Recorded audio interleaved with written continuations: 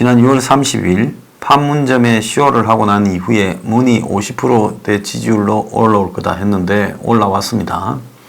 그런데 평소 문의 지지율이 46, 7 이러면 그때 이제 52, 3 이랬는데 한 5, 6% 밖에 안 올라갔어요.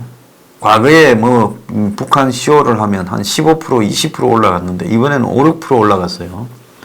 근데 1, 2주 안에 다 까질 거다 했는데 1주 만에 정확하게 문 지지율이 판문점 쇼 전으로 돌아갔습니다. 자, 지지율 여론조사를 저는 믿지는 않습니다. 그렇지만 추이는 알 수 있는데 리얼미터가 8, 9, 10일 3일간 벌인 여론조사 결과 문의 지지가 47.6 그러니까 33.7포인트 빠지고 부정이 3.7포인트 올라서 47.5 그러니까 지지가 부정보다 0.1% 많다. 폭락했죠. 요 근래 3일 이후부터 9일까지 나흘 연속 하락했다고 합니다. 자, 뭐 1번 경제 보복 윤석열 문제 북한 목선 어쩌고 저쩌고 하는데 가장 중요한 거는 1번 문제겠죠. 지지율 말고도 RN서치가 데일리안과 한 여론조사에도 문재인 지지율이 47.9 그리고 부정이 47.1 0.8 지지가 높은 걸로 나왔지만은 역시 47%대로 떨어졌습니다. 그러니까 6월 30일 이전으로 딱 돌아간 거죠. 자, 그래서 요즘 청와대가 이런 여론조사 발표 이런 데 대해서 하도 민감하고 언론사에 대해서 실수에 민감합니다. 그러다 보니까 지금 거기에 급급한 이 언론사들이 지지율을 잘못 보도했다가 지금 몇 번이나 고치는 우스꽝스러운 사태도 나타났습니다. YTN이 세 차례나 그래프를 정정했는데 이거는 아마 문을 잘못 보도했다가 큰일 날 거라는 강박관념이 낳은 실수라고 보는데요. 자, 1일차 여론조사에서 47.6에서 51.3으로 나왔으면 올라가야 되는데 그래프가 꺾여서 밑으로 내려왔습니다. 자, 그런데 지금 여기에서 이제 두 번째 다시 이제 그림을 그렸는데요. 또 오차가 나왔습니다.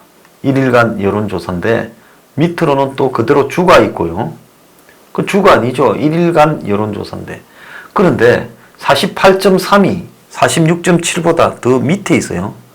이 교차대에서 위에 올라가야 될 건데요. 지금 청와대가 언론사에 대해 강박관념을 갖도록 조져대니까 지금 언론사들이 바짝 쫄았습니다. 그래가지고 그래프를 잘못 그렸는데요. 자, 6월 1일부터 이제 7월 1일 첫째 주까지 이제 지지율 올라가려는 거를 쭉 보여야 되겠죠. 특히 7월 1일 날은 판문점 쇼 다음 날이니까 확 올라간 걸로 보여야 되지 않겠습니까? 그런데 주차를 표시하면서 밑에는 1로 해놨어요. 그래 놓고는 51.3이면 47.6보다 가장 높게 올라가야 될 건데 꺾이도록 해놨습니다. 자, 이거를 갖다가 이제 다시 수정을 했는데 중간에 반대가 지지보다 더 많았던 순간이 있어요. 48.3이 반대고 46.7이 지지며 그럼 이게 또 크로스 돼갖고 이렇게 돼야 되는데 반대를 더 또 높게 잡아놓지 않고 더 낮은 수치인 지지를 더 높게 잡아놨습니다. 이것도 문에 대한 의식 때문에 그랬다고 보는데 그래서 3번이나 고쳐가지고 이 그래프를 갖다가 이 방송하는 이 3번 수정하는 사태가 벌어졌습니다. 자, 이게 뭘 의미하느냐. 문을 잘못 보도하면 큰일 난다라는 이런 강박관념에 시달리다가 이런 일이 벌어졌다. 저는 그렇게 보는데요. 통계청이 이상한 조사를 발표했습니다. 6월 고용 동향을 발표하면서 취업자가 28만 명 늘었다 했는데 그럼 취업자가 늘면 어떻게 되겠습니까? 이 취업자가 28만 명 늘었다 하면 자기들 말로는 요 근래 월 단위로 제일 많이 늘었죠. 자, 이렇게 많이 늘었는데 실업자는 113만 명으로 역대 최대입니다. 그러니까 취업자가 늘은 내용을 빼면 노인용 일자리가 세금선 37만 개가 늘었다는 거예요. 그래서 취업자가 28만 명이 늘었는데 노인성 일자리 늘은 거 37만 개를 빼면 취업자가 오히려 9만 명 마이너스입니다. 근데 진짜 취업이라고 할 만한 30대, 40대, 3040 취업자는 21개월 새 줄어들고 또 괜찮은 일자리인 제조업과 금융업에서는 계속 줄어들고 있습니다. 실업률이 6개월 연속 4%대로 99년 외환위기 이후에 최고치를 기록했는데 정부는 고용이 회복되고 있다고 저거가 조작한 내용을 보고 저거가 고용을 낙관하고 있습니다. 그래서 일자리의 질을 하나씩 뜯어보고 나면 전부 이 질이 악화되는 단기 정부가 돈 푸는 정부 일자리만 늘어나는데 그럼에도 불구하고 지금 정권은 이걸 반등했다고 쇼를 하고 있습니다. 팍팍한 자영업자 상황에 최저임금 등으로 직원을 해고해서 고용은 없는 자영업자가 대폭 늘어나고 투잡을 뛰고 있는 불안정 고용이 급증을 하고 있습니다. 그래서 이 최저임금 여파로 얼마나 영향을 미치고 있는가가 보면 17시간 미만의 초단기 취업자, 그러니까 주 17시간. 그러면 8시간으로 일한다 보면 한 주에 이틀 정도만 일하는 사람이 지금 181만 명이나 된다고 합니다. 자, 그런데 노인 일자리로 채운 이 6월 취업자를 가지고 일자리 늘어났다고 자랑을 하고 있습니다. 29세는 마이너스 0.4, 30에서 39세는 마이너스 3.2, 40에서 49세 이 한참 일 제일 많이 할 때 숙련된 일자리 마이너스 18.2로 최대입니다. 그리고 이제 50부터 59세 이제 이 사람들한테는 노인 일자리 일부가 떨어졌죠. 12.7%가 증가했어요. 그리고 60세 이상은 37.2. 요래 놓고 통계 내놓고 이게 일자리가 증가했다고 말을 하고 있습니다. 자, 홍남기가 뭐라 했는지 한번 봅시다. 2분기부터 성장률이 반등할 수 있을 거다 하고 어제 이야기했습니다. 자, 그러면서 경제가 어려워진 게 글로벌 때문에 그렇다. 그래서 대외 의존도가 높은 우리나라가 세계 추이가 그러니 어려운데 국내 투자와 수출 부진이 경제 어려움을 초래했지만은 결국은 지금 2분기부터 이런 일들이 반등할 거다라고 이야기를 했습니다. 그런데 스탠다드 앤 푸어스가 지금 세계적인 3대 이 신용평가사지 않습니까? 한국 기업의 신용 하락이 시작됐다고 경고를 했습니다. 그래서 반도체, 자동차 등 한국의 대표적 기업들이 향후 1, 2년간의 어려움에 직면하게 될 것이다. 상장사들의 단기 유동성이 즉 현금이 빨간불이 켜졌다. 이렇게 말을 했습니다. 그런데 실질적으로 대기업들이 나가는 돈이 많은데 이익은 뒷걸음치고 그래서 대기업의 31%가 유동성 비상에 걸렸습니다. 자, 그래서 대기업들도 지금 주요 상장사의 이익이 올해 마이너스 38%라. 자, 이러니까 이제 좀 있으면 대기업들이 돈이 말라버리는 상황이 올 수 있다는 겁니다. 그래서 높아지는 신용 위험에 직면한 한국 기업들이라는 보고서에 글로벌 수요 둔화와 무역 분쟁의 심화가 최근에 한국 기업들의 실적 저하로 나타났다. 향후 12개월간 한국 기업의 신용도 이렇게 부담으로 이어질 것이고 그러니까 향후 1년간 한국 기업들의 지금 신용, 즉 재정 상황이 매우 위태롭게 될 것이다. 수출 의존형인 산업인 반도체, 스마트폰, 자동차, 정유, 화학은 1, 2년 내에 어려운 영업 환경에 도달할 거다. 이거 빼면 방금 언급한 이 4개 빼면 한국에 뭐 남는 거 있나요? 이게 어려운 환경에 직면하면 한국 경제 끝난 거죠. 그래서 이런 흐름을 반영해 작년 말부터 일부 한국 기업의 신용 등급을 하향 조정했다. 올해 한국 기업 중 신용 등급이나 등급 전망이 상향 조정된 곳이 하나도 없다. 이렇게 말을 하면서 한국 경제 성장 전망치를 2.4에서 2.0으로 했습니다. 이미 1.8이 여러 개 나오고 있죠. 이제 여기도 양심이 있어서 조금씩 줄이는데 3개월 뒤에는 1.6 이렇게 뚝 낮출 겁니다.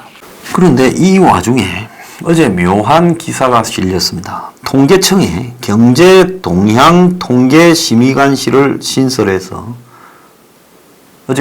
그제 국무회의에서 의결을 했다고 합니다. 자, 통계청에 가계 동향 작성 분석 기능 강화를 위해 사회통계국에 과를 하나 새로 만들었습니다. 가계 수지 동향과를 신설하고 여기에 필요한 인력 3명, 4급 하나, 6급 하나, 7급 하나를 정원하는 내용을 넣었다는 겁니다. 아울러 가계소득 통계 병영 조사를 위해 필요한 인력 4명을 5급 하나, 6급 하나, 7급 2명을 2021년 1월 8일까지 한시적으로 정원하는 내용도 넣었다는 거예요. 자, 그럴 수도 있지. 그게 왜 중요하냐. 통계 조작하려고 그러는 거죠. 그래서 소주성, 소득주도 성장 통계를 전담할 가계소득조사과를 하나 만드는 겁니다.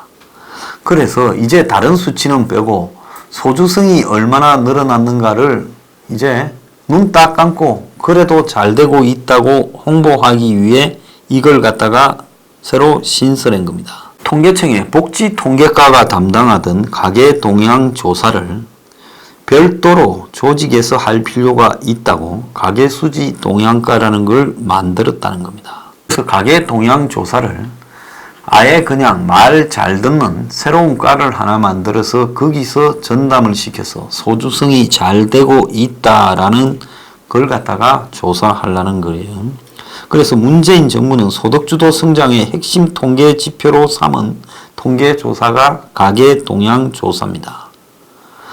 원래 통계청이 가계 동향 조사 내에 소득 부문 조사를 없애려 했는데 문 정권이 이걸 살려낸 거예요. 그래서 이걸 살려냈다가 이제는 과를 하나 신설해서 거기다 던져주고 너네들은 이걸 갖다가 잘 좀 꾸며가지고 성과가 나온 걸로 하라. 지금 이렇게 하려고 이걸 한 겁니다. 가계 소득 조사가 지금 거의 어려운 게 가계부 작성 방식에 불응하는 가구 비율이 높고 소득 파악률도 떨어진다는 거예요. 가계 동향 조사 응답률이 2010년에는 80%였는데 2015년에는 75, 2017년에는 72로 점점 떨어지고 특히 고소득층과 저소득층이 하나는 뭐 들통날까봐 하나는 부끄러워서 조사에 응하지 않는다고 합니다. 그러면 위하고 밑에 빼고 평균만 하면 이게 제대로 된 조사가 되겠어요? 원래 평균을 갉아먹는 게 위에 있거나 밑에 있는 거죠.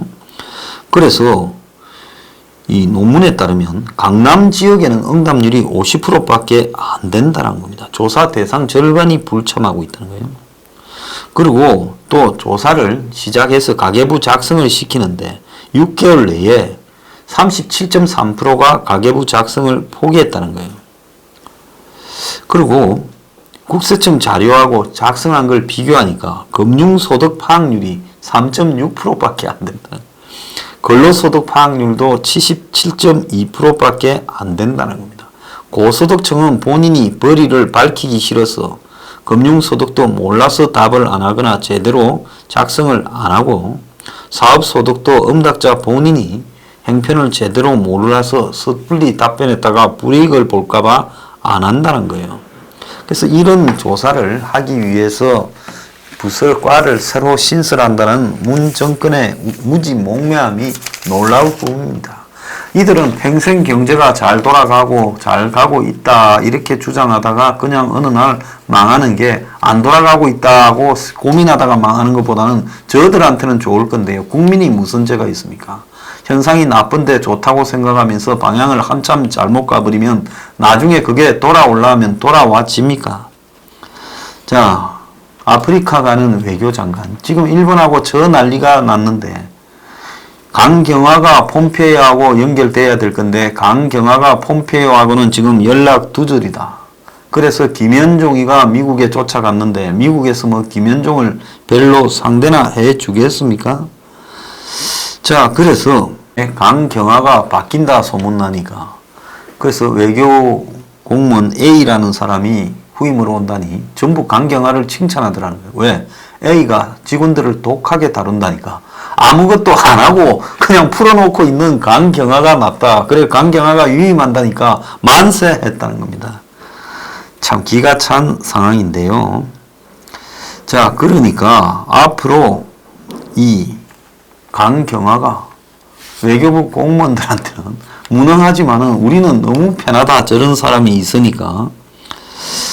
자, 그래서 들리는 이야기로는 강이 능력에 비해서 너무 출세를 해버려서 외교부가 이제는 나사가 풀려가지고 그냥 일하기가 싫은 모양이다. 그런데 강도 억울하다 말하는 사람이 있어요. 청와대가 강한테는 뭐 중요한 사실을 아무것도 알려주지 않고 있다는 겁니다. 외교부 간부가 대통령에게 일본 문제를 방치하면 큰일 난다고 건의하려 하니 청와대 참모들이 소용없다고 막았다고도 합니다. 자, 헝가리 배 사고 났을 때 강경화가 헝가리 가서 이틀 있다 왔지요. 저 왜 저러나 했을 때 딱 그게 청와대가 강경화한테 바라는 얼굴마다 카메라에 헝가리에서 강경화가 TV에 나오는 거예요. 이런 강경화가 6박 7일로 이 와중에 아프리카 3개국을 방문한다고 갔다는 거예요. 외교 다변화를 추진한다고 갔답니다. 그런데 발등에 불이 1번하고 떨어졌는데 장관이 저 먼 아프리카에 일주일이나 가나. 참 기가 찬다라는 이야기도 나오고 있습니다. 자, 지금 이 나라가요, 진짜 거꾸로 가서 아마 국민들이 저 청와대와 행정부 돌아가는 꼬라지를 보면 기가 찰 거라고 저는 생각을 합니다. 일본의 마포복 대 정부 국책연구기관인 한국경제연구원에서 분석한 자료에 따르면 한국 GDP가 3.1%가 준다는 겁니다. 한국 피해가 더 크다. 그러면 한국이 마포복 하지 않고 가만히 있으면 마이너스 2점이고 일본은 마이너스 0.04랍니다. 그러면 이거는 싸움을 했으면 안 되는 이야기죠. 상대가 끌어와도 피하고 못 본 척 해야 되는 이야기라는 게 답이 나와 있습니다. 이 무지몽매한 싸움을 하고 있어요. 통계 조작하고 지금 해외 신용평가사에서 한국 이 제조업이 큰일 났다. 주력 업종이 1, 2년 내에 다 망하게 생겼고 대기업들이 돈이 다 씨가 말라서 지금 한국의 기업들 신용평가가 내려가면 내려갔지 올라갈 일 없다. 정부의 성장률도 2.0 정도로 조정한다. 이렇게 지금 온갖 부정적인 정보가 난무하고 일본과의 싸움이 한국 경제를 초토화시킬 거다. 이 싸움이 되는 게 아니다. 사실 이 말은 싸움하지 마라 말이죠. 붙으면 우리만 몇백 배로 작살난다. 과거에 뭐 월남전에 한 7만 발을 쏴야 베트콩 한 명 죽었다 이야기도 있고 또 어떤 전쟁에서는 하도 무지몽매하게 뭐 옛날에 아프리카 줄루족과 영국군이 싸운 그런 영화들을 보면 창들고 오는 사람들한테 총으로 쏴서 죽이니까 한 1대 100쯤 났을 거예요. 그런데 또 인디안들이 뭐 기병대하고 싸울 때 보면 막 말 타고 오는데 이쪽은 기관총으로 쏘면 그게 한 1대 200 정도 나요. 그런데 이거 그것보다도 더 큰 싸움이라 하면 그야말로 아프리카의 토인들이 그야말로 대포 쏘는 나라에다가 무조건 돌격하는 지금 그런 싸움을 하고 있다는 겁니다. 모든 수치나 통계를 보면 싸움을 해서는 안 된다는데 문은 가보자 하고 있습니다. 니나 가세요. 니나. 자, 이제는 뜰거지들 시켜서 반일 불매운동까지 조작하고 있습니다. 자, 이자들을 어떻게 해야 되겠습니까? 나라 꼴려 통계 조작한다고. 자, 저거가 가짜로 돈 풀어서 어른들 일자리 늘려놓고 일자리가 28만 개가 늘어났다. 그러니까 실업자가 역대 최다로 113만 명인데 취업자가 28만 명이나 늘어난 이런 취업자가 늘어나면 실업자가 줄어야죠. 참 기가 찬 이야기입니다. 이제 이 통계를 좀 더 쉽게 조작하려고 가계소득 조사과까지도 하나 만들어서 직할로 두고 통계를 조작하려고 하고 있습니다. 참 이제 국민들이 얼마나 더 쏘아야 끝이 날 건가. 참 도대체 끝은 어떻게 날 건가 기대됩니다. 자, 이제 망해가고 있어요. 어제 제가 변두리부터 망한다 하지 않았습니까? 이제 통계 조사까지 조작해서 망할 때까지 안 망했다고 우겨서 어느 날 이제 은행이 문을 닫으면 그때서 망한 줄 우리가 알게 될 수도 있습니다.